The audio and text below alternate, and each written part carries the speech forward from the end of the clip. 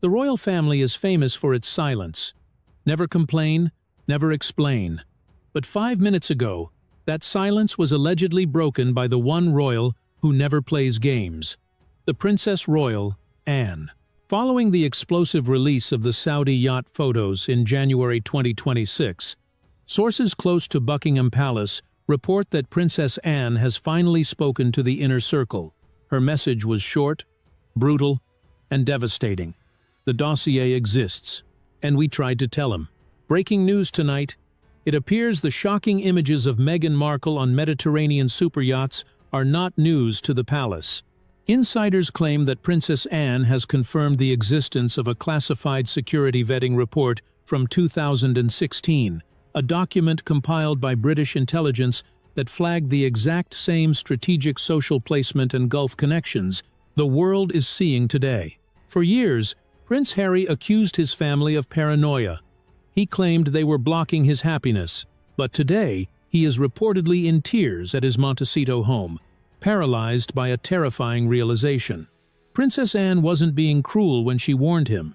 She was being accurate. We open the Anne files. We will uncover why she reportedly refused to curtsy to Meghan behind closed doors, what was really in the MI6 report she handed to Harry before the wedding, and why the impossible math of Meghan's finances was solved by the palace years ago. Do not click away. The warning was ignored, but the consequences are finally here.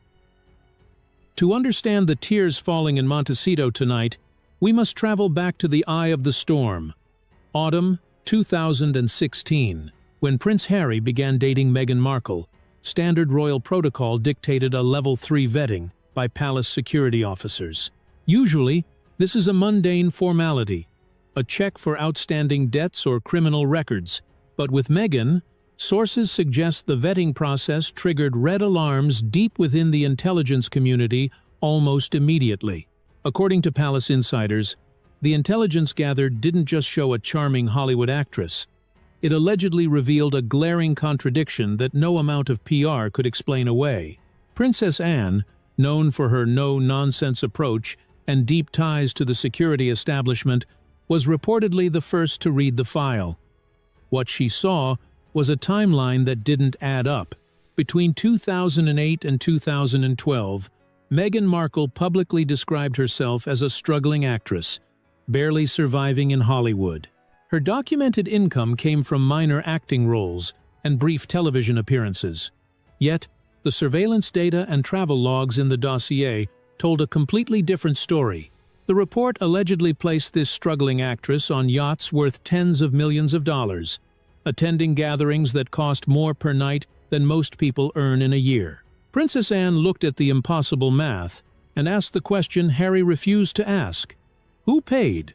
She knew that struggling actresses do not casually float through elite international power spaces without financial backing. The dossier suggested that someone had covered the travel, someone had covered the access, and someone had facilitated her presence.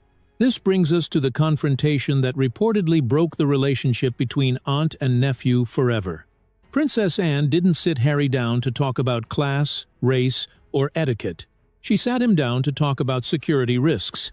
She reportedly laid the Saudi dossier on the table and pointed to the term used by intelligence analysts to describe Meghan's activities: strategic social placement. Anne warned him that the woman he loved fit a very specific profile. She explained that in these circles, you are brought in because someone believes you can serve a function socially, relationally, or reputationally. She warned him that Meghan wasn't an outsider stumbling in by luck. The photos showed someone who was comfortable, someone who understood the hierarchy. Anne's warning was chillingly precise. She hasn't just been dating Harry, she has been kept. And people don't keep you around in these circles unless you are useful. But Harry, blinded by what he thought was destiny, refused to look at the evidence. He saw a victim of the press. Anne saw a beneficiary of the shadow market. He famously declared, "What Meghan wants, Meghan gets." He viewed the dossier not as protection, but as an insult. He buried the report.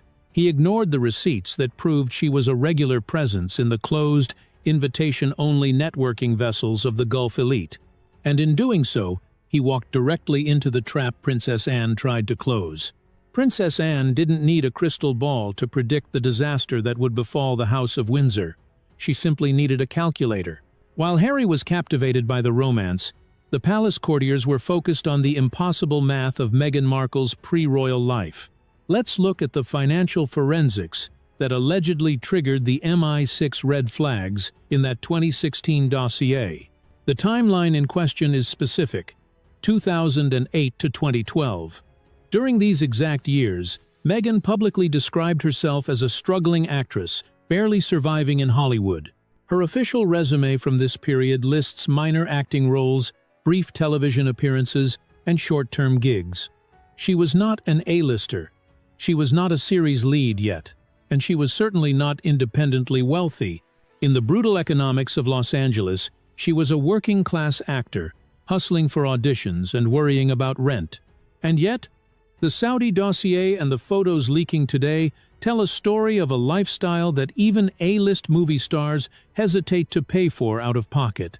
These newly leaked photos place her on yachts worth tens of millions of dollars.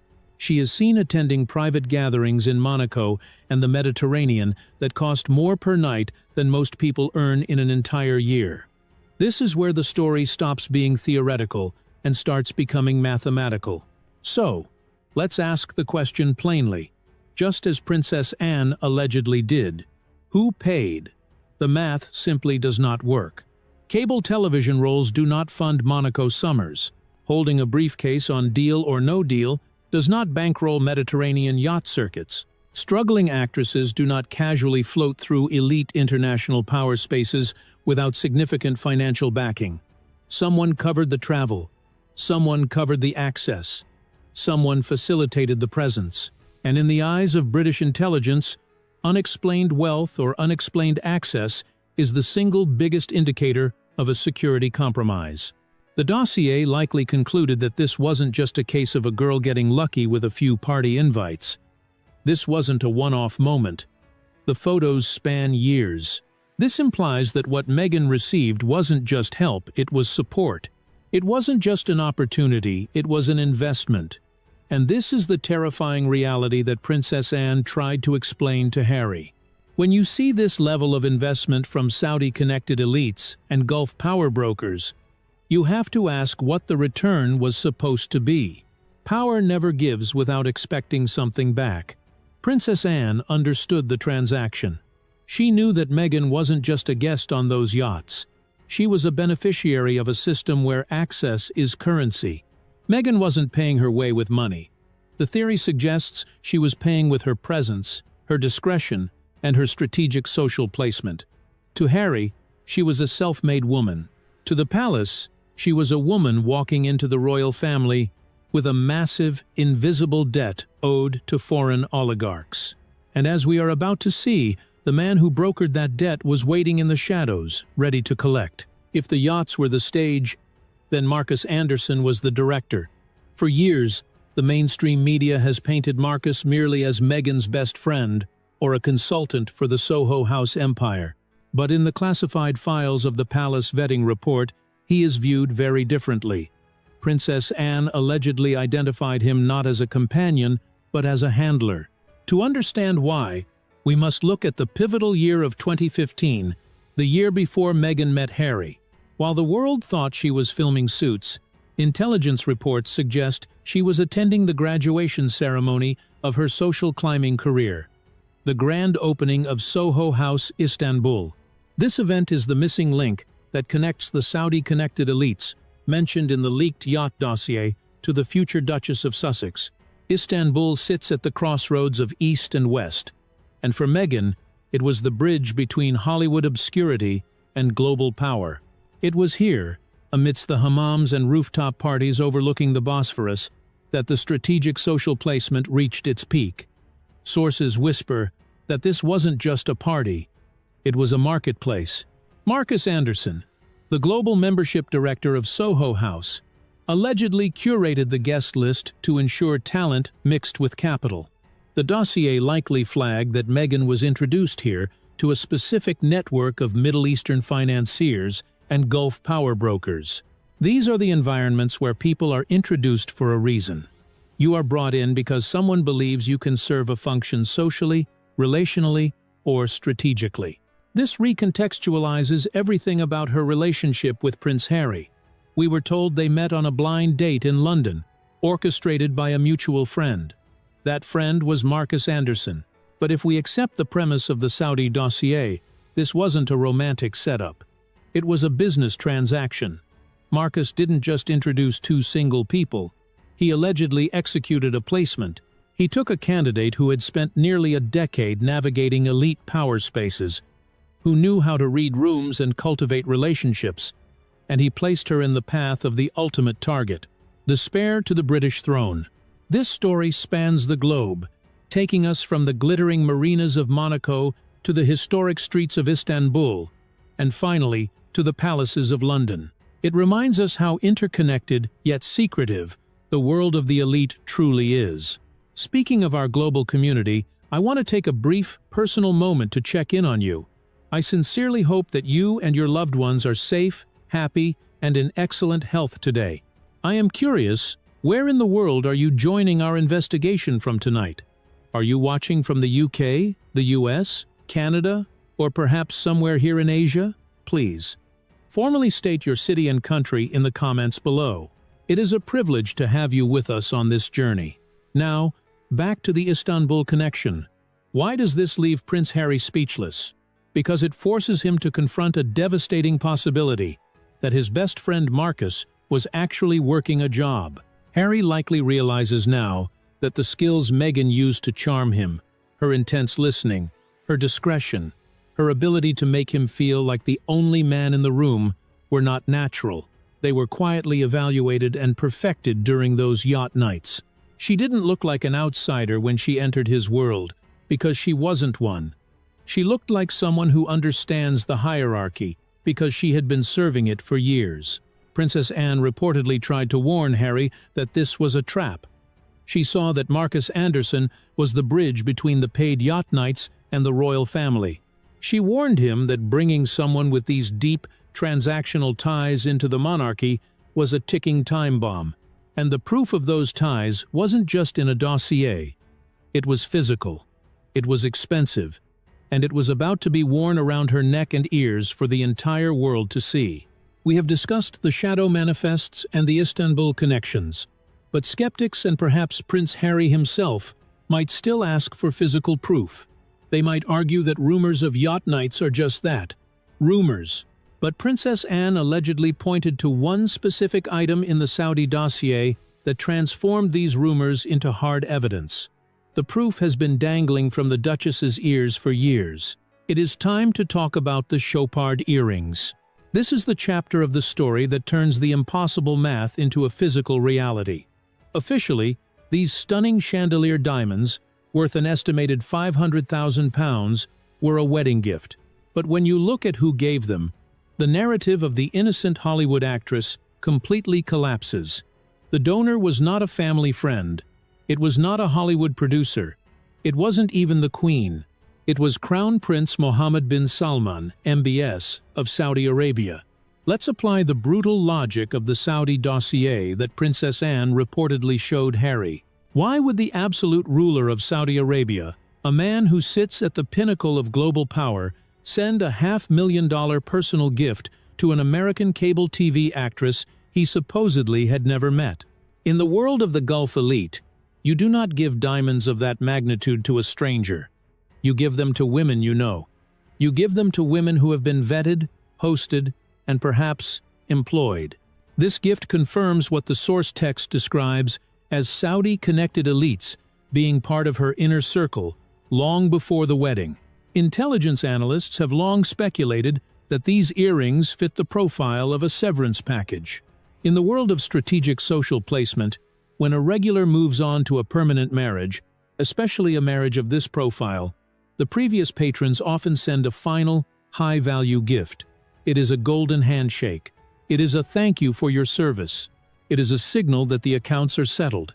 The source text reminds us that investment leads to asking what the return was supposed to be. These earrings were likely the return on that investment, a final payment for years of discretion and attendance on those closed, invitation-only networking vessels. This explains the absolute horror inside Buckingham Palace in 2018. Remember the blood diamond controversy? Meghan famously wore these earrings to a state dinner in Fiji, just weeks after the brutal murder of journalist Jamal Khashoggi, a murder the CIA concluded was ordered by MBS himself. Palace aides reportedly begged her not to wear them. They knew the optics were catastrophic. But more importantly, Princess Anne reportedly knew what wearing them signaled. By wearing those earrings against the advice of the Crown, Meghan wasn't just being vain. She was signaling where her true loyalties lay. She was wearing the badge of her former life while holding the hand of a British prince. It was a public display of the Gulf power brokers who had facilitated her rise. To Harry, she claimed she had borrowed them. But to Princess Anne, who had read the dossier, it was a brazen display of defiance. It proved that the Saudi connection wasn't just history. It was a current active allegiance. This is the physical proof that allegedly leaves Harry speechless today.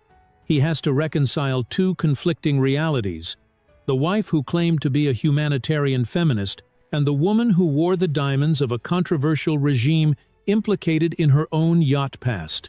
The earrings are the undeniable link between the struggling actress of 2012 and the Duchess of 2018.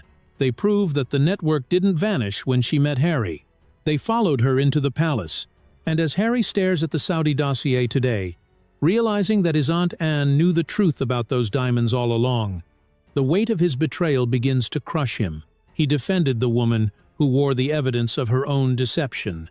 In ancient Greek tragedy, there is a concept called anagnoresis.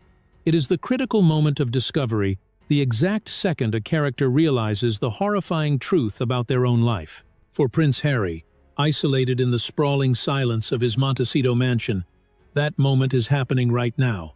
The title of our video mentions that Harry is left speechless and in tears. But we must understand the specific nature of these tears. He is not crying because his wife looks beautiful in a bikini on a yacht. He is crying because the Saudi dossier, the very file Princess Anne allegedly tried to warn him about in 2016, has turned out to be the script of his life. To understand the depth of this wound, we have to deconstruct Harry's psychology. For the last decade, Harry has built his entire identity around a single, powerful narrative: the hero complex. He believed Meghan was a victim, a naive, mixed-race American actress thrown to the British wolves, unprepared for the cruelty of the press and the rigidity of the palace. He believed it was his divine duty to save her. He gave up his military titles, his birthright, and his family to be her knight in shining armor. But the confirmation from Princess Anne destroys that narrative completely. The photos of Meghan lounging on the Serene with Gulf elites prove that Meghan Markle didn't need saving. She was never the naive outsider she pretended to be. While Harry was worrying about her learning to curtsy, the evidence suggests she had spent years navigating social hierarchies far more dangerous and complex than Buckingham Palace. If she could handle the high-stakes, transactional world of a Saudi prince's inner circle, dealing with the Queen would have been child's play. Harry is forced to confront the sickening possibility that her naivety was a performance, and he was the only one in the audience who didn't know it was an act. This realization forces him to look back at Princess Anne with a new, agonizing clarity. He remembers the meeting at Gatcombe Park. He remembers her warnings about strategic social placement and security risks. At the time, he called her prejudiced. He called her jealous. He wrote in spare about the coldness of his family, painting them as villains who refused to accept his love. But today, as he looks at the undeniable proof of the paid yacht nights, he has to swallow the bitterest pill of all. Anne was right. She wasn't trying to ruin his life. She was trying to save him from being the mark in a global confidence game. And the silence from the bedroom down the hall speaks volumes. Usually, when the Sussexes are attacked, the legal team is unleashed within hours. Cease and desist letters fly. Statements are issued, but this time, radio silence. Harry knows what that silence means. It means the photos are real. It means the shadow manifest exists. It means there is no defense, because the compromat is authentic. He is now trapped in the prince's dilemma. He has burned every bridge back to London. He publicly humiliated the very people, Anne, William, Charles, who held the intelligence reports that could have protected him. He realizes now that he wasn't the rebel breaking free. He was the useful idiot, the final transaction in a decade-long business plan orchestrated by Markus Anderson and funded by the very people he claims to despise. He thought he was the love of her life, but looking at the impossible math and the timeline of the Istanbul Connection, he must ask himself, was I just the exit strategy? The velvet trap has closed. The hero has become the victim, and the ant he rejected stands vindicated by history, while he stands alone in a house built on secrets that are finally, brutally, coming to light. As the curtain falls on this royal tragedy, we are left with a lesson that extends far beyond the gates of Buckingham Palace. The story of the Saudi dossier is not just about scandal. It is a brutal lesson in the difference between cruelty and wisdom. In life, we often mistake the people who warn us for our enemies. We reject the hard truths because they hurt our ego, and we embrace the comforting lies because they feed our fantasies. Prince Harry wanted to believe in the fairy tale so badly that he demonized the only person, Princess Anne, who loved him enough to show him the reality check he desperately needed. He thought she was blocking his happiness. In truth, she was trying to block his destruction. From my perspective here at Legacy's Edge, this is the ultimate tragedy of the spare. Harry spent years fighting for freedom from the royal institution, only to realize he may have simply traded one cage for another. He traded the goldfish bowl of the monarchy for the shark tank of the yachting world. The royal family has stayed silent not because they are weak, but because they knew that eventually the truth would do the talking for them. And today, that silence is deafening. The protection is over. The dossier is open. Now, I hand the gavel over to you, the jury of public opinion. The question that haunts me tonight is about redemption. Can a bridge burned this badly ever be rebuilt? Does Prince Harry owe Princess Anne a public apology for ignoring her warning in 2016? Cast your vote in the comments below. Type "Sorry Anne" if you think Harry needs to beg for forgiveness. Type "Too late" if you think the betrayal is unforgivable. If you appreciate us digging into the files the mainstream media is too scared to touch, please smash that like button. It helps us keep the lights on and the investigations running.